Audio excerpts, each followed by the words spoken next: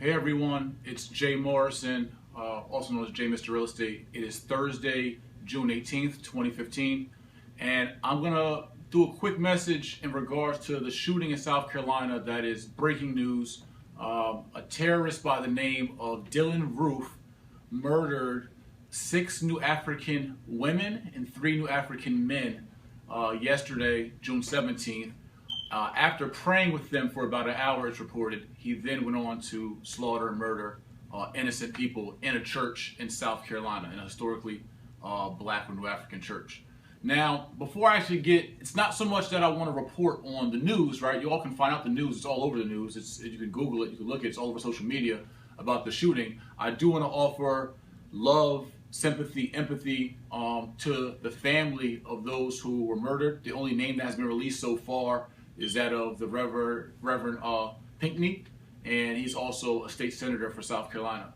Reverend Clemente Pinckney. Now, in this message, what I want to say is, as you see the New African flag or Pan-African flag, Black Liberation flag behind me, and the American flag also behind me,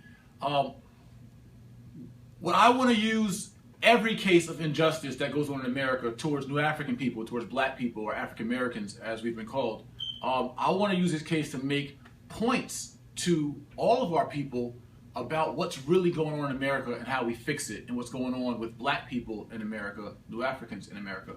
And I was speaking to one of my YMC members who's a young white man, right? He's about 20, I think Dylan's, Lael, excuse me, not Dylan. Lael is 24, 25 years old, from Tennessee, grew up in the South, and he gives me his perspective as a white man, young white man, growing up in the South, of what the conversations are like in white America regarding black people. And one thing that we've figured out in our conversations is that when black people stand up and black people say Black Lives Matter or Black Power, or black people start to unite themselves or start showing pride, he says instinctively white people feel like that is, they get defensive almost about it, because they feel like black people empowering themselves, or black people speaking out about their liberation or being in power, ending their oppression, somehow is a subconscious threat towards white people. And it's not my saying this. This is from one of our very compassionate, very authentic white or European American YMC members. And so he's just explaining to me, and I want to say to my audience, I have white friends. We talk about the issues of Black America, and and I'm very vocal about helping my community, helping my people, and I should be, right? I'd be an idiot not to be. I wouldn't be Christian. I wouldn't be moral, right? I wouldn't be a real man if I didn't stand up for my people, like as anyone should. So in America, we try to bundle up black people into just Americans, right? But the reality is we're not just Americans, right? And let alone the fact that we were forced to be Americans after our enslavement, and we never were liberated to be our own people after we were captured for 300 years. We were then forced to be Americans, American citizens. So it was like, hey, look, stay in slavery and be enchained as property, or hey, you could be American second-hand citizens. Those were our options. We never had an option for liberation. But when we speak about it, many of our white brothers and sisters, even those who aren't racist, they're not even racist, they're not even biased, they're not bigots. But subconsciously, when blacks start speaking out and get vocal or voice their anger towards America, many, and a majority of white Americans, get very defensive, right? And for black people, as you see the South Carolina shooting of our innocent brothers and sisters, it's the government per se, we don't know, right? For all we know, the government has no part in that shooting, right? It was just a random act of hate, a random act of terrorism. But nevertheless, as we've seen McKinney, Texas case with the police officers shoving 14-year-old girl's face in the ground as they try to arrest them, as we've seen Eric Garner get choked out on camera, as we've seen Mike Brown get shot with witnesses saying what happened, but the police officer gets off, as we see Oscar Grant, Kendrick Johnson, the list goes on and on. Otis Byrd lynched down in Mississippi, hung from a tree. FBI says it was a suicide. This is after Otis Byrd was arrested and served 20 years for a rape of a white woman that he said he never committed. And her family lives right in the same town he came home to after 20 years in prison. Then he's found hung from a tree, and he said it was suicide. But he didn't commit suicide after 20 years in prison. no less than Walter Scott, I believe, who was, yes, Walter Scott was his name, who was shot in the back. So it goes on and on and on and on. But the issue with Black Americans is that we know what's going on and we feel the oppression, we feel the burden. But when we speak about it, it's like part of our community is kind of like pointing the finger at us, like, hey, you're being too black, you're being too vocal. And then part of white America is like, hey, what's all this black power stuff? I was talking to one of my friends, one of my white friends, right? He's a former client of mine, or kind of still a client, and one of my good friends, Dave Brown. And I was telling him about how I want to empower black people by stimulating our economy, spending our money with each other, because black people are the poorest in America. And we have been since our existence here. So I'm like, hey, Dave, I got a great idea. If black people spend more money with each other, we can then stimulate our own economy. Because the issue is always that people say that we blame the government, we point fingers, we're complaining as black people, and we don't do anything about our own problems. And I agree that we need to do more about our own self-determination and solving our own problems as black people.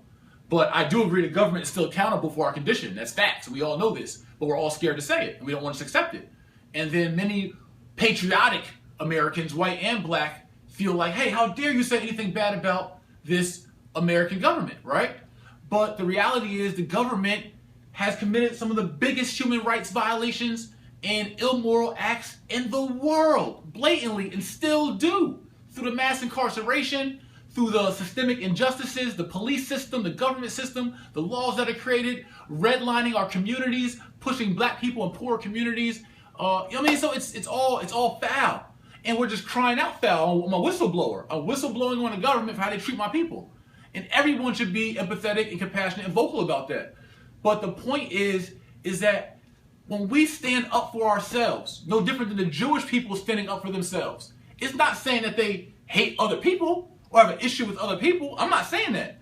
When I say Black Lives Matter or Black Power, I want to empower my people, it's because my people are the ones that are being shot down and being oppressed.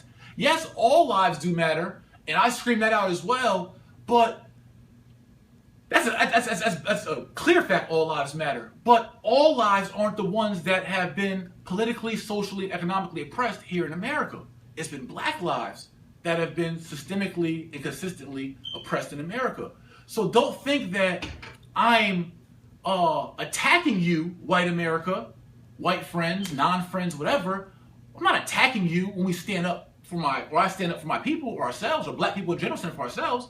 I am having, there is a effort or quote unquote verbal attack or aggression towards America because they're the wrong ones. So stop standing up for them when we know they're wrong. They did nothing about repairing my people after enslaving us and oppressing us and having us suffer through Jim Crow and all the bigotry and everything that we've been through, which was at the hand of some of our white American brothers and sisters, their ancestors, right? They also participated in this oppression, these crimes. So that's just the facts. You can't get defensive about us trying to heal ourselves or force this government to do what they should have done in the first place and help reconcile these differences and help repair us and offer reparation, which means to make whole black people because of what we've been through.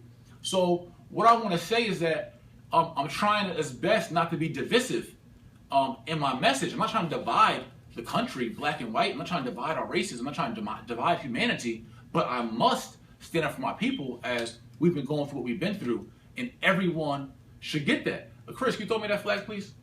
I want everyone to watch this. And I want you all to share this video. Don't just watch it and like it. Don't just watch it and turn it off. I want you to share it because everything I'm saying is very effective. So I'm going to be doing a campaign with this. You feel the energy that you feel when you see this? We all know what this is. It's a Nazi flag, right? This is the Nazi flag. I'll make sure you see it. I'm going to be doing a campaign with this. And we see the power in flags.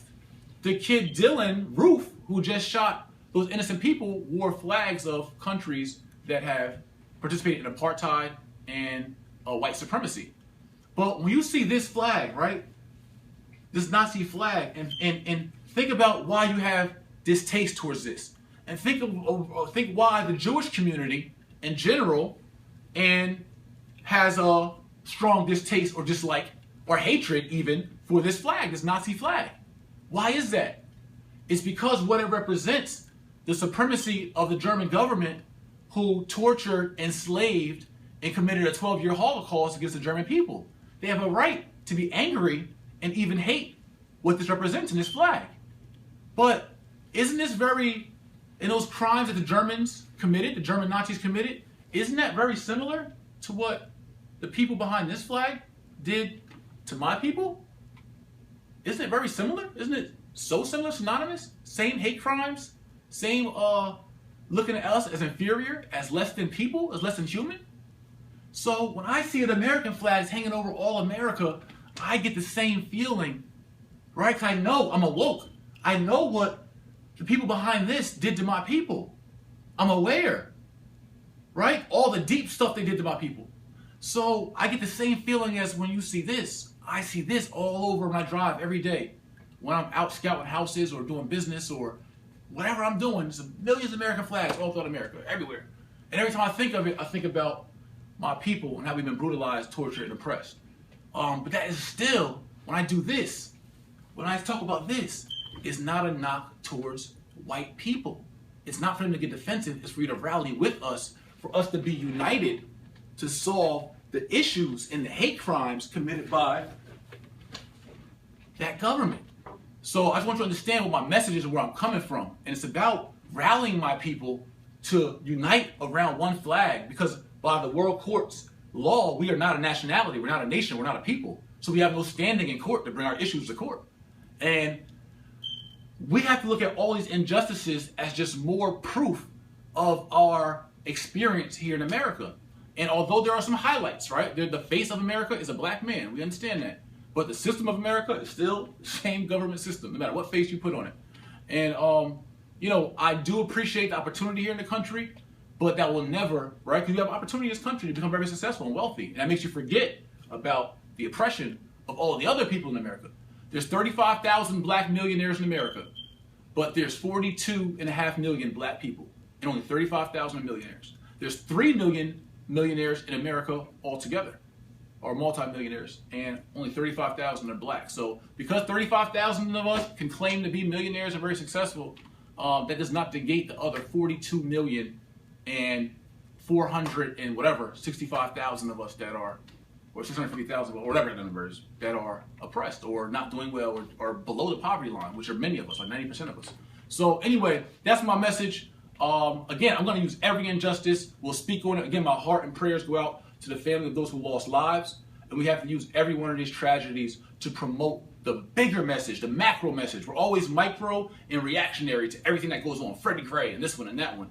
But we have to look at the bigger picture of why we're in the situation we're in and why the hate and all that still exists in our country and the resentment and the tension still exists is because this country never acknowledged fully, well, they acknowledged with the 2008 apology, but they never did anything about repairing my people, New African people, black people. And we're not African Americans, we're New Africans. All right, so anyway, love you guys. See you in the next message. I'll be doing more of these, just kind of giving you my report. It's my Minority Report live from the JM Studios. All right, peace.